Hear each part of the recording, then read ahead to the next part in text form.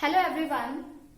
हमने nitrogen family अपने previous videos में कवर कर ली है। आई होप अच्छे से आपको समझ आ गई होगी। आज हम पी ब्लॉक एलिमेंट में ऑक्सीजन फैमिली को स्टार्ट करने जा रहे हैं। ठीक है, तो आपकी जो ऑक्सीजन फैमिली है उसके एलिमेंट्स किसमें आते हैं? ग्रुप 16 के अंदर आते हैं। कौन कौन से होते हैं? Oxygen, sulphur, selenium, tellurium and the polonium. ठीक है, दीज आर द 5 एलिमेंट्स जो कि आपके ऑक्सीजन फैमिली के अंदर आते हैं। इनको इस ऑर्डर में लर्न करने का निमोनिक क्या है? ओल्ड स्टाइल से टीपो। ठीक है, ओल्ड स्टाइल से टीपो। इस तरीके से आप इसके ऑर्डर को क्या कर सकते हैं? लर्न कर सकते हैं। आपकी नाइट्रोजन फैमिली के एलिमेंट्स को क्या बोल रहे थे हम? निकोजन्स, जिसका मतलब क्या था? सफोकेटिंग। ऑक्सीजन फैमिली के एलिमेंट्स को हम क्या बोलते हैं? चाल्कोजेंस। चाल्कोजेंस का मतलब क्या होता है? आपका ओर फॉर्मिंग। ठीक है, निकोजेंस का मतलब जैसे कि क्या था? सफोकेटिंग। ऐसे आपके चाल्कोजेंस का मतलब क्या होता है? ओर फॉर्मिंग। तो आपको जो ओर्स मिलती है या तो ऑक्साइड फॉर्म में मिलती है, सल्फाइड फॉर्म में मिलती है। तो इसी वजह से आपके ग्रुप 16 के एलिमेंट्स को चाल्कोजेंस क्या कहते हैं। ठीक है, आपके जो ऑक्सीजन और सल्फर है ये आपके क्या होते हैं? नॉन मेटल्स होते हैं। ठीक है, आपका सेलेनियम और टेलुरियम क्या होते हैं? आपके ये मेटेलॉइड्स। ठीक है, और आपके जो पोलोनियम है ये आपका क्या होता है? मेटल। ठीक है, तो ये इनकी एग्जिस्टेंस है। अगर हम बात करें किसकी? अकरेंस की, अकरेंस ऑफ ऑक्सीजन की, तो जो आपका ऑक्सीजन होता है वो ड्राई एयर के अंदर 20.946% प्रेजेंट होता है ऑक्सीजन आपका ड्राई एयर के अंदर। ठीक है, और अर्थ क्रस्ट के अंदर इसका जो परसेंटेज होता है वो कितना होता है? 46.6% बाय मास। ये आपकी ऑक्सीजन प्रेजेंट होती है किसके अंदर? अर्थ क्रस्ट के अंदर। क्लियर हो गया? अब देख लेते हैं अकरेंस ऑफ दी सल्फर। आपकी जो सल्फर होती है अर्थ क्रस्ट के अंदर 0.03 से 0.1% के बीच में प्रेजेंट होती है। किसमें? अर्थ क्रस्ट में क्या प्रेजेंट होती है? आपकी सल्फर। ठीक है, और मेनली आपको जो ये सल्फर है ये किस फॉर्म में मिलेगी? सल्फेट की फॉर्म में। सल्फेट की फॉर्म में कैसे? जैसे कि आपका जिप्सम हो गया। जिप्सम क्या होता है? CaSO4.2H2। ठीक है, तो यहाँ पे भी सल्फर प्रेजेंट है। या एप्सॉन सॉल्ट हो गया, मैग्नीशियम सल्फेट.7H2। ठीक है, तो इस तरीके से आपका जो सल्फर है सल्फेट की फॉर्म में मिल जाती है। ठीक है, बेरियम सल्फेट हो गया, जैसे कि बेराइट बोलते हैं उसको, बेरियम सल्फेट BaSO4, इसको क्या बोलते हैं? बेराइट बोलते हैं। तो सल्फेट की फॉर्म में मिलती है एक तो सल्फर। ऑल्सो आपको जो सल्फर है सल्फाइड ओर की फॉर्म में भी मिलती है, जैसे कि आपका PbS हो गया, जिसको हम क्या बोलते हैं? गैलेना। ZnS हो गया आपका, इसको हम क्या बोलते थे? जिंक ब्लेंड बोलते थे। ठीक है, कॉपर पायराइट CuFeS2, इसको क्या बोलते हैं? Copper pyrite. तो सल्फाइड की फॉर्म में और सल्फेट की फॉर्म में भी आपको सल्फर मिलती है। ठीक है, और कुछ ऑर्गेनिक मटेरियल्स जैसे कि आपके हो गए एग हो गया, ठीक है, आपके प्रोटीन हो गए, एग प्रोटीन, हेयर, ठीक है, आपका गार्लिक हो गया। तो इन सबके अंदर ये जो आपके ऑर्गेनिक मटेरियल्स हैं इन सबके अंदर भी आपको जो है सल्फर जो है मिल जाती है। Egg, protein, garlic, onion, mustard, hair, wool, इन सब चीजों के अंदर भी, इन ऑर्गेनिक मटेरियल्स के अंदर भी आपकी जो सल्फर है आपको मिल जाती है। ठीक है, अब देख लेते हैं सेलेनियम और टेलुरियम। सेलेनियम और tellurium are found as metal selenides and tellurides in sulphide ore. ठीक है, तो आपके जो सेलेनियम और टेलुरियम है ये आपको कैसे मिलते हैं? मेटल सेलेनाइड एंड टेलुराइड्स की फॉर्म में मिलते हैं। किसमें? सल्फाइड्स में। ठीक है, सल्फाइड ओर में मेटल सेलेनाइड या फिर मेटल टेलुराइड की फॉर्म में ये दोनों आपको किसमें मिलते हैं? सल्फाइड ओर में मिलते हैं। पोलोनियम जो है आपको कैसे मिलता है? पोलोनियम मिलता है by the decay as a decay product of thorium and the uranium minerals. ठीक है, जो थोरियम और यूरेनियम मिनरल्स होते हैं जब उनका जो डीके होता है, डीके होने के बाद जो आपको प्रोडक्ट मिलते हैं उनके, उसमें आपका पोलोनियम भी आपको मिलता है। ठीक है, तो एज अ डीके प्रोडक्ट आपको मिलता है ऑफ थोरियम और यूरेनियम मिनरल्स का एज अ डीके प्रोडक्ट आपको पोलोनियम जो है मिल जाता है। ठीक है, तो ये सारी की सारी क्या थी, आपकी अकरेंस थी ऑक्सीजन फैमिली के एलिमेंट्स की। ओके, अब देख लेते हैं electronic configuration of the oxygen family element.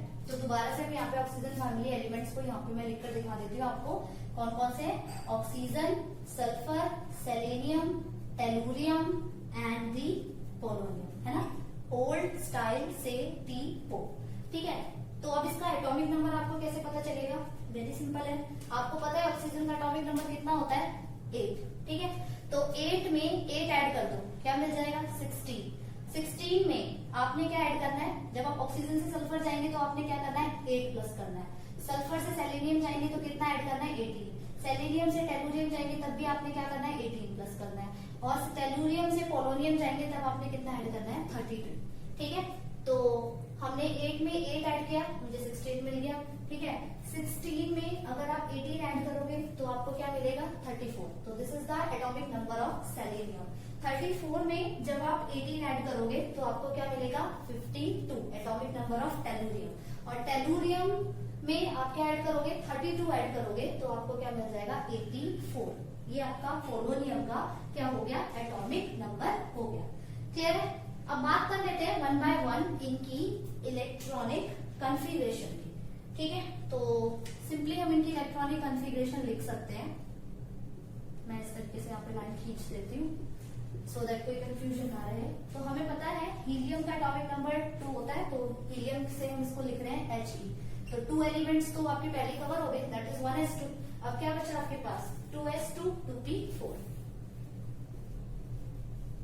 ठीक है, उसके बाद आता है सल्फर। सल्फर की कॉन्फ़िगरेशन हम कहां से लेंगे, नियॉन से। ठीक है, तो नियॉन मतलब एटॉमिक नंबर 10। अब कितने बच गए, 6 बच गए। तो 2s2 में यहां से +1 कर दो, क्या हो जाएगा आपका 3s2। इसमें भी 2 में +1 करो, 3p4।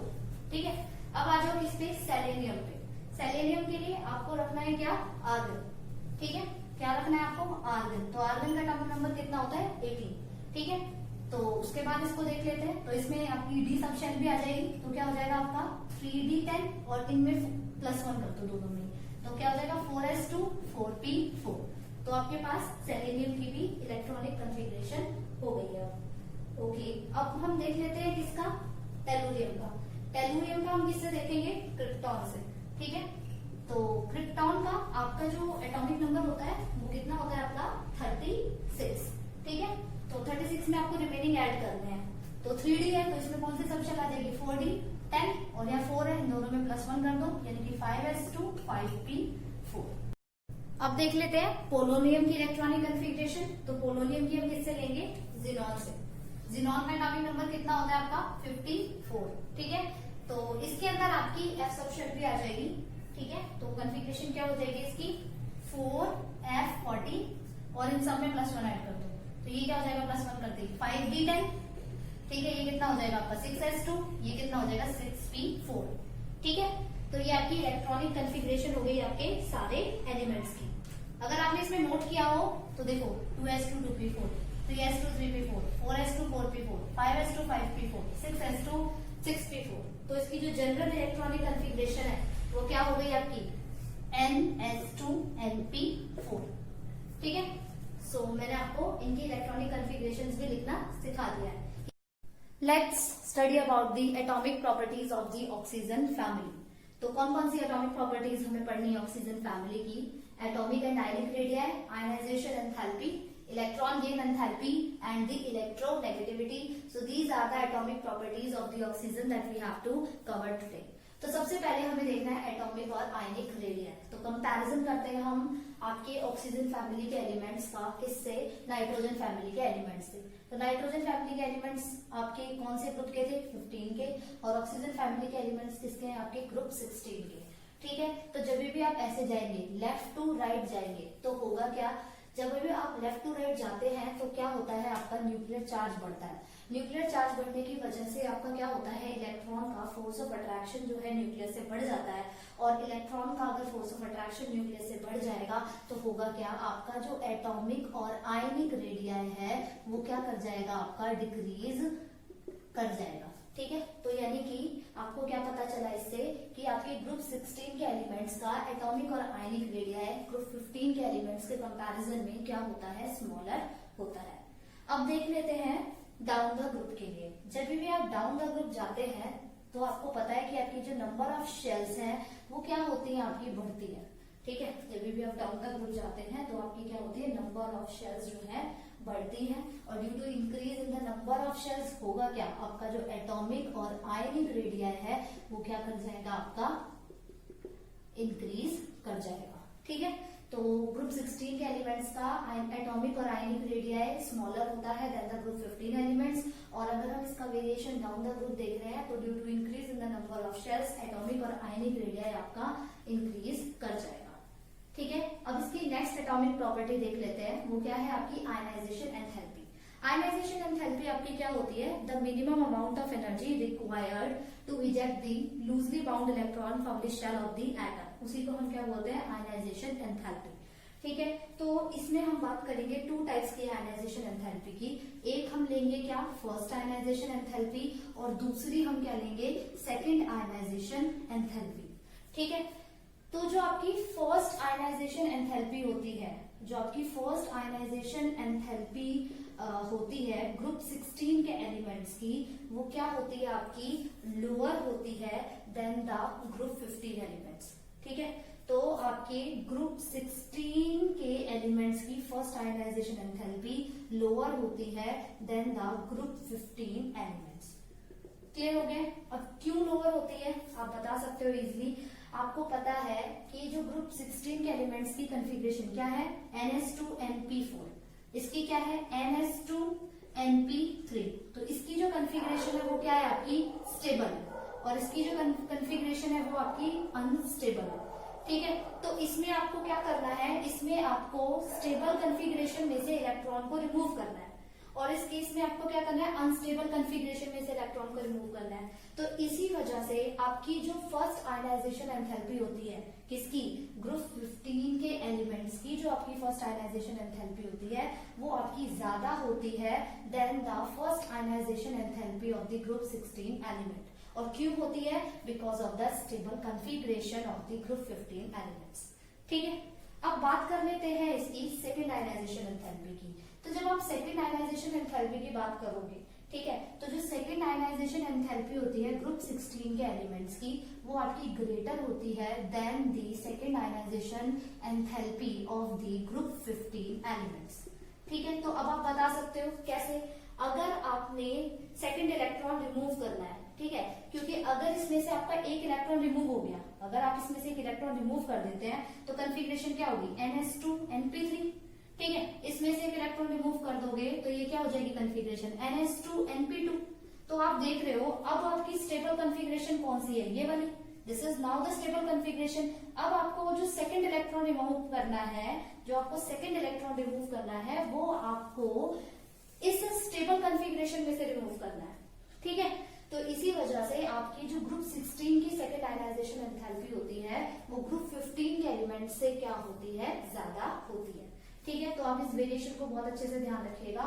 First ionization enthalpy of group 16 elements is lower than the first ionization enthalpy of the group 15 elements. ठीक है, और second ionization enthalpy of the group 16 element is greater than the second ionization enthalpy of the group 15 elements. Reason मैंने आपको क्या कर दिया, explain कर दिया है।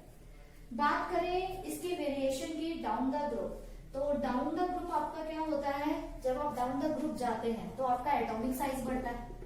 ठीक है, एटॉमिक साइज बढ़ता है, और आपका स्क्रीनिंग इफेक्ट, जिसे कुछ लोग शील्डिंग इफेक्ट भी बोलते हैं, ठीक है, आपका वो भी क्या होता है, बढ़ता है। तो एटॉमिक साइज भी बढ़ रहा है, स्क्रीनिंग इफेक्ट भी बढ़ रहा है, तो आपकी जो आयनाइजेशन एंथैल्पी है वो भी क्या करती है, आपकी डाउन द ग्रुप आपकी वो डिक्रीज करती है। ठीक है, तो एटॉमिक साइज आपका क्या करता है, इंक्रीज करता है, स्क्रीनिंग इफेक्ट आपका इंक्रीज करता है डाउन द ग्रुप, और आपकी जो आयनाइजेशन एंथैल्पी है वो डाउन द ग्रुप आपकी क्या करती है, डिक्रीज करती है। तो ये हमारा सेकेंड एटॉमिक प्रॉपर्टी हमने अब कवर कर ली है। ठीक है, हमारी नेक्स्ट एटॉमिक प्रॉपर्टी है electron gain enthalpy. Electron gain enthalpy क्या होती है हमारी, it is defined as the energy released when the isolated gaseous atom accept an electron. तो जब भी आपका कोई भी गैसियस एटम इलेक्ट्रॉन को एक्सेप्ट करता है तो जो उस टाइम पे एनर्जी रिलीज होती है उसी को हम क्या बोलते हैं, इलेक्ट्रॉन गेन एंथैल्पी बोलते हैं। ठीक है, तो आपके ग्रुप 16 के एलिमेंट्स की इलेक्ट्रॉन गेन एंथैल्पी ज्यादा होती है देन द ग्रुप 15 के एलिमेंट्स की इलेक्ट्रॉन गेन एंथैल्पी से। क्यों होती है? क्योंकि आपके ग्रुप 16 के एलिमेंट्स को सिर्फ और सिर्फ 2 ही इलेक्ट्रॉन चाहिए अपनी कॉन्फ़िगरेशन को स्टेबल करने के लिए, और ग्रुप 15 के एलिमेंट्स को कितने इलेक्ट्रॉन चाहिए? 3 इलेक्ट्रॉन चाहिए अपनी कॉन्फ़िगरेशन को स्टेबल करने के लिए, मतलब अपना ऑक्टेट को कंप्लीट करने के लिए। इसी वजह से ग्रुप 16 के एलिमेंट की इलेक्ट्रॉन गेन एंथैल्पी क्या होती है? ज्यादा होती है देन द ग्रुप 15 एलिमेंट। ठीक है, बट इसमें एक छोटा सा एक्सेप्शन है। इसमें छोटा सा एक्सेप्शन क्या है, आपकी जो ऑक्सीजन होता है, जो आपका ऑक्सीजन होता है उसकी electron gain enthalpy of oxygen जो होती है वो आपकी क्या होती है? लेस नेगेटिव होती है देन सल्फर। ठीक है, आपके ऑक्सीजन की इलेक्ट्रॉन गेन एंथैल्पी जो है वो आपकी लेस नेगेटिव होती है देन सल्फर। आप बता सकते हो क्यों?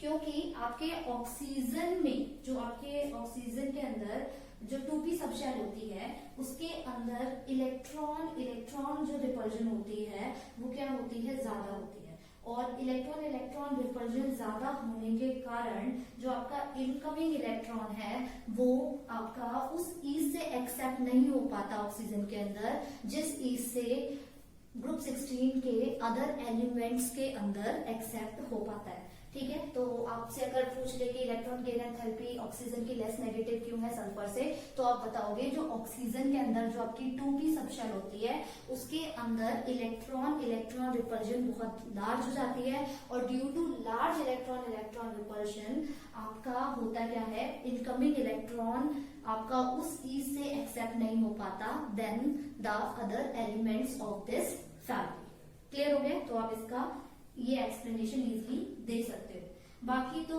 अगर हम देखें डाउन द ग्रुप आपकी इलेक्ट्रॉन गेन एंथैल्पी डिक्रीज ही करती है, और अक्रॉस पीरियड आपकी इलेक्ट्रॉन गेन एंथैल्पी जो है वो क्या करती है? आपकी इंक्रीज ही करती है। ठीक है, अब देख लेते हैं इसके इलेक्ट्रोनेगेटिविटी के बारे में। इलेक्ट्रोनेगेटिविटी क्या होती है? Tendency to attract the shared pair of electrons को हम क्या कहते हैं? इलेक्ट्रोनेगेटिविटी बोलते हैं। ठीक है, तो आपके जो ग्रुप 16 के एलिमेंट्स होते हैं उनकी इलेक्ट्रोनेगेटिविटी ज्यादा होती है आपके ग्रुप 15 के एलिमेंट से। ठीक है, तो आपका जो ऑक्सीजन है वैसे भी आपका सेकेंड मोस्ट इलेक्ट्रोनेगेटिव एलिमेंट है आफ्टर फ्लोरीन। सबसे मोस्ट इलेक्ट्रोनेगेटिव है फ्लोरीन, और फ्लोरीन के बाद आपका सेकेंड मोस्ट इलेक्ट्रोनेगेटिव एलिमेंट जो है वो क्या है? आपका ऑक्सीजन है। तो क्यों आपकी ग्रुप 16 के एलिमेंट की इलेक्ट्रोनेगेटिविटी ग्रुप 15 के एलिमेंट से ज्यादा होती है?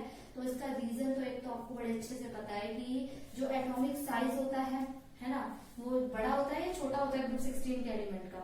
ऑब्वियसली क्या होता है? आपका छोटा होता है। ठीक है, तो ग्रुप 16 के एलिमेंट का जो आपका एटॉमिक साइज होता है वो क्या होता है? आपका स्मॉलर होता है। ठीक है, आपका एक रीजन तो ये हो गया जिसकी वजह से आपकी जो इलेक्ट्रोनेगेटिविटी है वो ग्रुप 16 के एलिमेंट की ज्यादा होती है। और दूसरी बात करें अगर हम इसकी वो कॉन्फ़िगरेशन के बिहाफ पर देखें तो आपके ग्रुप 16 के एलिमेंट को सिर्फ और सिर्फ कितने इलेक्ट्रॉन चाहिए अपनी कॉन्फ़िगरेशन को नोबल गैस कॉन्फ़िगरेशन करने के लिए? 2 इलेक्ट्रॉन चाहिए, और ग्रुप 15 के एलिमेंट को कितने चाहिए? 3 इलेक्ट्रॉन। तो ऑब्वियस सी बात है 2 इलेक्ट्रॉन को गेन जल्दी कर लिया जाएगा as compare to the 3 electron. तो सेकेंड रीजन यही है आपका इसका, जिसकी वजह से आपकी इलेक्ट्रोनेगेटिविटी क्या हो जाती है? ज्यादा हो जाती है। ठीक है, तो group 16 elements are having the greater electronegativity than the group 15 elements due to smaller atomic size and due to the need of only 2 electrons for attaining the stable noble gas configuration. Clear हो गया? सो ये सारी की सारी आपकी क्या थी? Atomic properties थी किसकी? ऑक्सीजन फैमिली की। आई होप आपको ये अच्छे से क्लियर हो गई होगी। So today what we have studied about the elements of the oxygen family, its occurrence, about the electronic configuration as well we have studied. Also we have covered the atomic properties of the oxygen family. I hope आपको ये सब अच्छे से clear हो गया होगा। Thank you class.